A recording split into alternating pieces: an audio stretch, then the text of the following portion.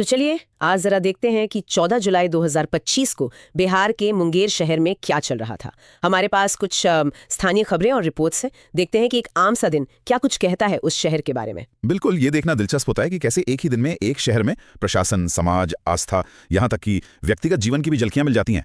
इन स्रोतों से शायद यही परतें खुलेंगी। हाँ, सही कहा। तो शुरुआत करते हैं प्रशासन से। उस दिन पुलिस अधीक्षक मतलब एसपी साहब, उन्होंने जनता दरबार लगाया था लोगों की शिकायतें सुनने के लिए। ये तो एक रेगुलर चीज है शायद। हाँ, और साथ ही वो सिपाही भर्ती की परीक्षा होनी थी, तो उसको मतलब ठीक से बिना किसी गड़बड़ी के कराने के लिए अधिकारियों के साथ मीटिंग भी की। अच्छा, और ये भी था कि अपराध रोकने के लिए जैसे बैंक वगैरह हैं उनकी सुरक्षा का जायजा लिया गया और जो संदिग्ध लोग हैं उन पर भी नजर रखी जा रही थी। हाँ, मतलब पुलिस रूटीन काम के साथ साथ जो खास इवेंट्स हैं जैसे ये परीक्षा, उस पर भी ध्यान दे रही थी।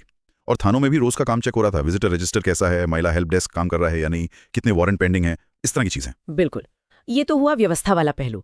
लेकिन उसी दिन कुछ दुखद खबरें भी थीं। हाँ। बिहार में पिछले 24 घंटों में बिजली गिरने से कम 9 लोगों की मौत हो गई थी और मुंगेर के लिए भी ऑरेंज अलर्ट जारी किया गया था। ओह, ये तो मानसून में एक बड़ा खतरा रहता है बिहार में, हर साल सुनते हैं। हाँ, और एक और परेशान करने वाली घटना हुई थी बरियारपुर में। क्या हुआ था? संपत्ति विवाद था बेटों के बीच और उनकी 84 साल की मां की मृत्यु हो गई थी। उनका शव शमशान घाट पर घंटों पड़ा रहा क्योंकि बेटे लड़ रहे थे। अरे बाप रे, ये तो बहुत ही दुखद है। घंटों तक? हाँ, बाद में फिर पुलिस आई, उन्होंने मामला सुलझाया, तब जाकर अंतिम संस्कार हुआ। ये दिखाता है कि रिश्तों में कितना तनाव आ गया है, शायद संपत्ति को लेकर। बहुत बुरा। वाकई।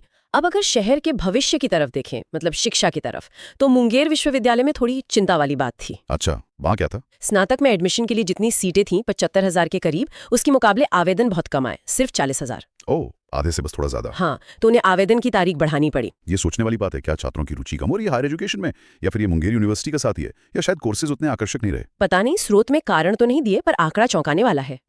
और देखिए, जहाँ एक तरफ यूनिवर्सिटी में सीटें खाली जा रही हैं, वहीं दूसरी तरफ आस्था का एक बिल्कुल अलग, बल्कि कहीं कि हैरान करने वाला रूप दिखा। कैसा? महेंद्र प्रजापति नाम के श्रद्धालु थे। उन्होंने आंखों पर पट्टी बांधकर, वो भी कच्ची कावड़िया पथ पर, बिना सड़क वाले रास्ते पर, आंखों पर पट्टी बांधकर आना है। कमाल है।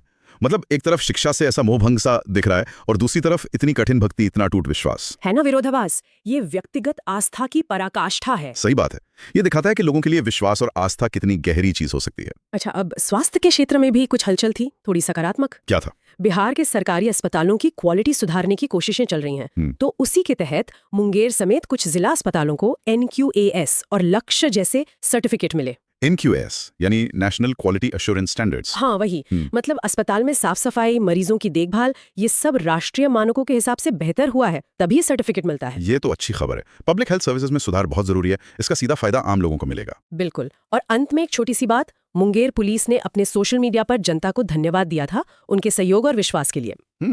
शायद वो जनता दरबार जैसी चीजों से जुड़ा होगा, एक तरह से पब्लिक रिलेशन बनाने की कोशिश। हाँ, हो सकता है। तो ये थी मुंगेर में 14 जुलाई की कुछ झलकियां। पुलिस की रूटीन कार्रवाई, दुखद घटनाएं, शिक्षा की चुनौती, गजब की आस्था और स्वास्थ्य सेवाओं में सुधार की उम्मीद। बिल्कुल, एक ही दिन में कितने अलग अलग रंग हैं। शहर ऐसे ही तो जीता है ना, रोज की जरूरतें, भविष्य की चिंताएं और कभी कभी ऐसी आस्था जो शायद तर्क से परे लगे, सब साथ साथ चलता है। सही कहा।